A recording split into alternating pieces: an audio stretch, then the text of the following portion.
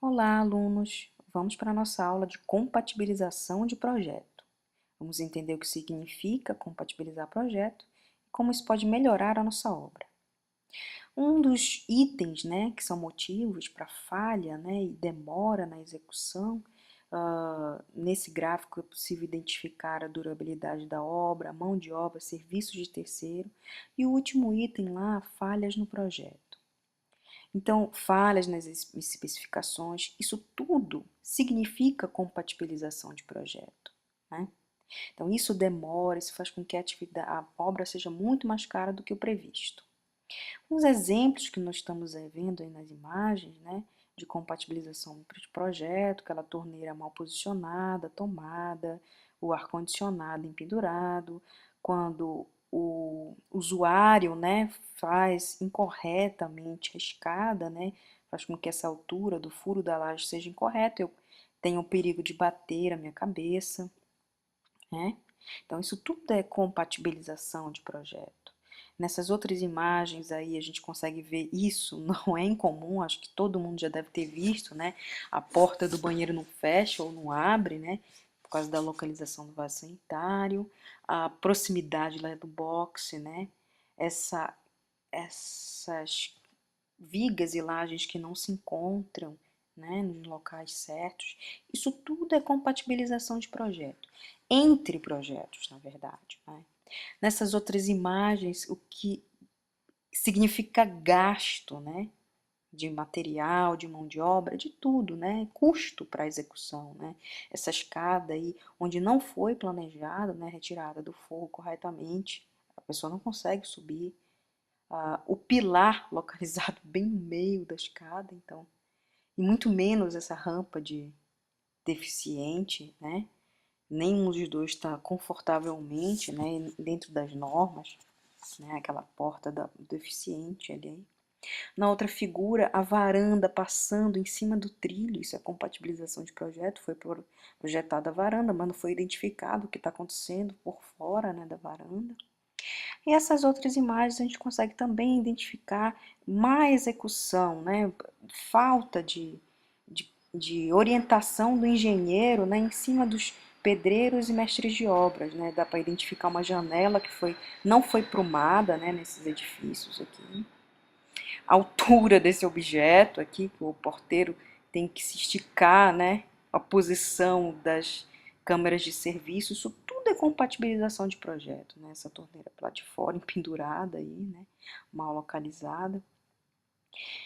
Isso tudo são erros que parecem engraçados, mas que acontecem e que geram gastos e custos para a obra, que depois pode ser uma coisa pequena, mas que você tem que transformar numa coisa grande, porque você tem que quebrar muitos ambientes, O objetivo da compatibilização de projeto é identificar, as possíveis interferências que podem vir a acontecer, reduzir os custos, porque depois que estiver construído você quebra, isso dá custo, na obra, Isso evita que ocorram erros, no projeto, minimiza o retrabalho quando você tem que quebrar alguma coisa, reduz, os prazos de execução e reduz uma quantidade de material.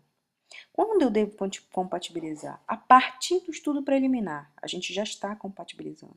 Um anteprojeto, projetos legais. Vocês lembram daquela imagem da varanda construída em cima de uma via de trem? Isso é estudo de anteprojeto, projeto preliminar. A partir daí eu já tenho compatibilização, a verificação de soluções mais viáveis e menos, de menor custo. Quem é que faz isso, o compatibilizador de projeto é o arquiteto ou o engenheiro? É uma mão de obra, o coordenador de projeto é uma mão de obra que está em falta hoje no mercado. É esse profissional que junta todos esses projetos, compatibiliza, sobrepõe um em cima do outro e verifica se há erros e custos a mais na obra que não estavam planejados. Tá? Além do coordenador de projetos, existe o gerente de projetos, o gestor de projetos. É aquele que está em sintonia com o coordenador, que é aquele arquiteto, um engenheiro, mas que está mais num projeto de recebimento de material, de que está na obra, verificando se tudo está acontecendo de acordo com o planejado, né? Antes dessa obra ser executada. Então, o gestor de projeto e o coordenador de projeto são dois profissionais que estão em falta no mercado, né? Os benefícios de se gerenciar o projeto, olha ali, é o aumento do comprometimento do objetivo, dos resultados, né?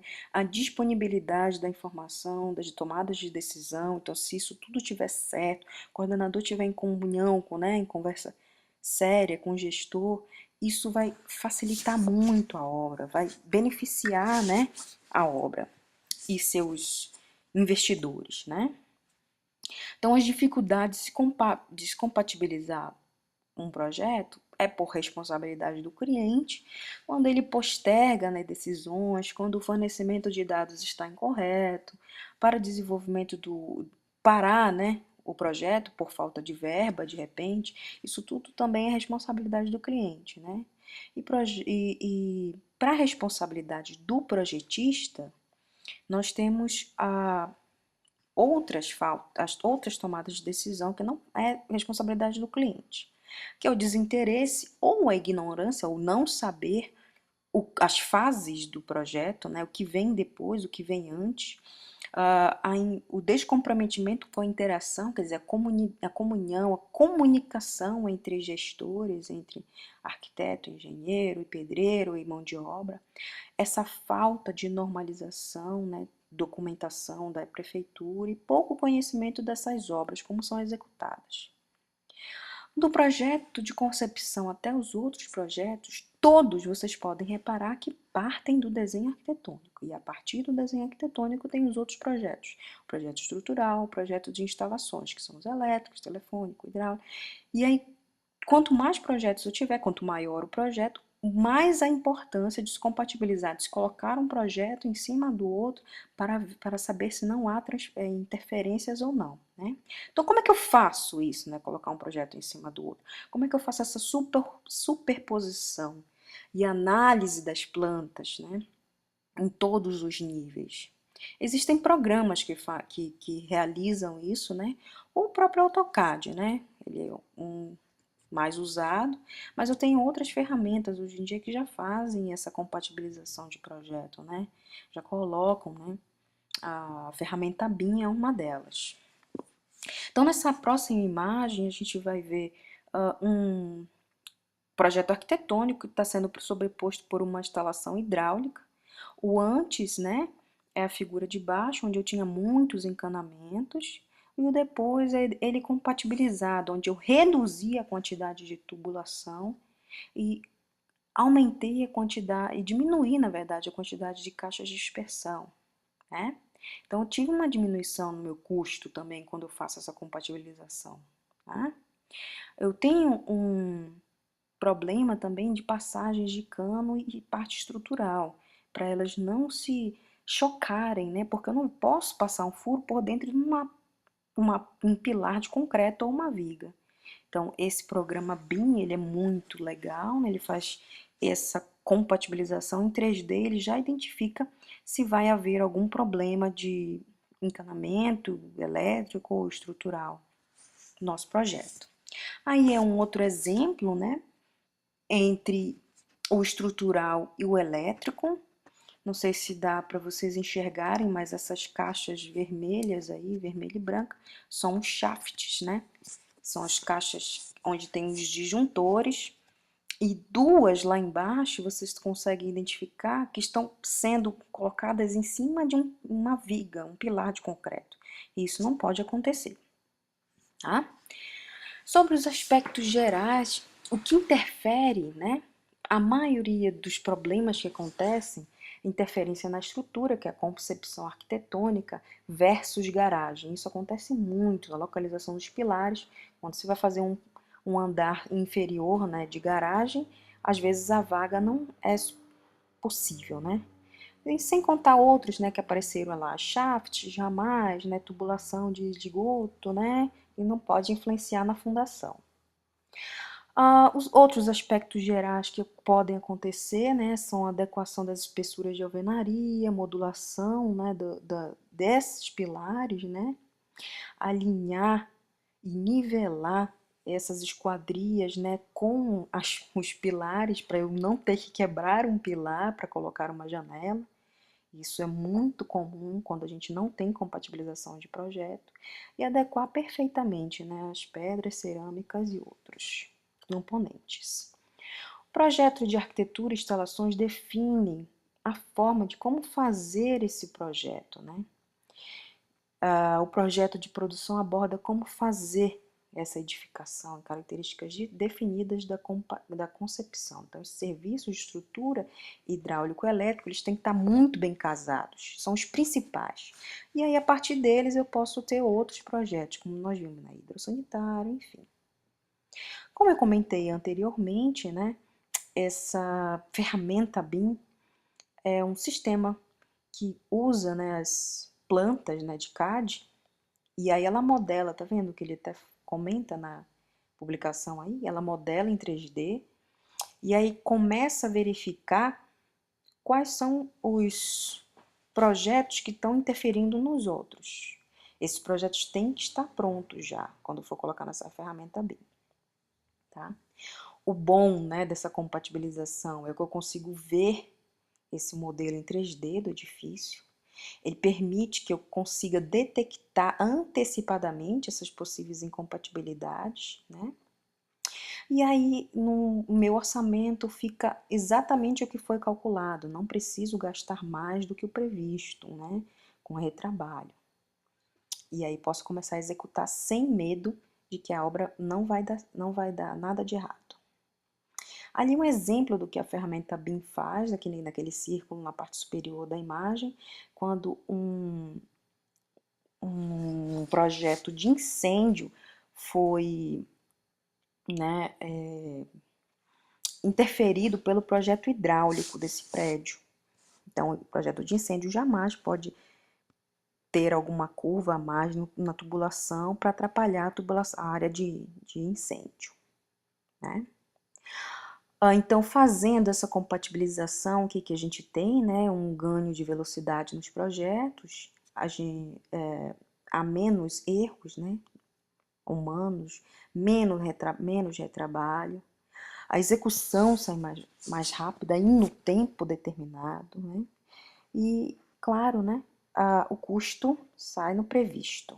O custo do projeto sai o previsto que foi calculado inicialmente, né? A metodologia, lógico, vocês estão vendo ali, começa pelo projeto arquitetônico, olha, arquitetural, depois eu passo para a estrutura, depois eu passo para as instalações e depois, por fim, eu faço a compatibilização. Esse é o processo, né? O certo que deveria acontecer em todas as obras, né? Para ver se não tem erros. Vamos descobrir depois da execução. Então, o conceito BIM é pegar todos esses projetos, vocês estão vendo lá as esferas, né? E interagir, né? Esses projetos, fazer uma intersecção entre todos eles. A compatibilização é isso, é a leitura de todos eles em um único projeto, né? Então, a imagem a seguir, vocês vão ver a sequência que a gente deveria realizar antes de uma obra, que seria projeto arquitetônico, a leitura da planta baixa, a localização dos equipamentos hidráulicos ali para começar a fazer o projeto hidráulico, em cima do projeto hidráulico elétrico, tá? Os cortes para poder verificar as alturas de tomadas, né? Alturas de torneira, dos pontos de hidráulico, né? E elétrico. E ali uma simbologia de como ficaria a fachada frontal dessa residência, né? Então, a partir desse projeto arquitetônico, eu passo para o projeto elétrico hidráulico, aí é um projeto elétrico, né, onde as setas simbolizam as tomadas e as caixas retangulares simbolizam as luminárias dos ambientes e como elas estão interligadas nos eletrodutos, né? As fases, né, estão passando dentro dos eletrodutos e aí todas caminham para um shaft onde começa-se a puxar essa energia para alimentar toda essa residência. O projeto hidráulico já é mais fácil, né? A gente só vai lidar com as áreas molhadas, dependendo da quantidade de áreas molhadas, né? Eu tenho uma caixa d'água e as suas respectivas ligações para chuveiro, banheiro e pia, não é? E dá para ver lá que parte da planta, né, do projeto arquitetônico lá no chão, né? Ali é um 3Dzinho do projeto hidráulico. E aí é só um exemplo do hidrossanitário, né, do como é que acontece a parte sanitária, né, quando tem as caixas de gordura da pia do chuveiro e a caixa de esgoto da passagem, né, do sanitário para o meu projeto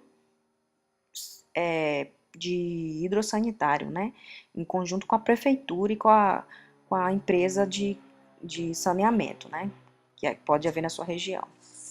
E por fim, né, eu tenho algumas simbologias aqui, né, pra gente, que nós vamos aprender com mais detalhes em sala de aula, como é que se faz a simbologia dos projetos elétricos.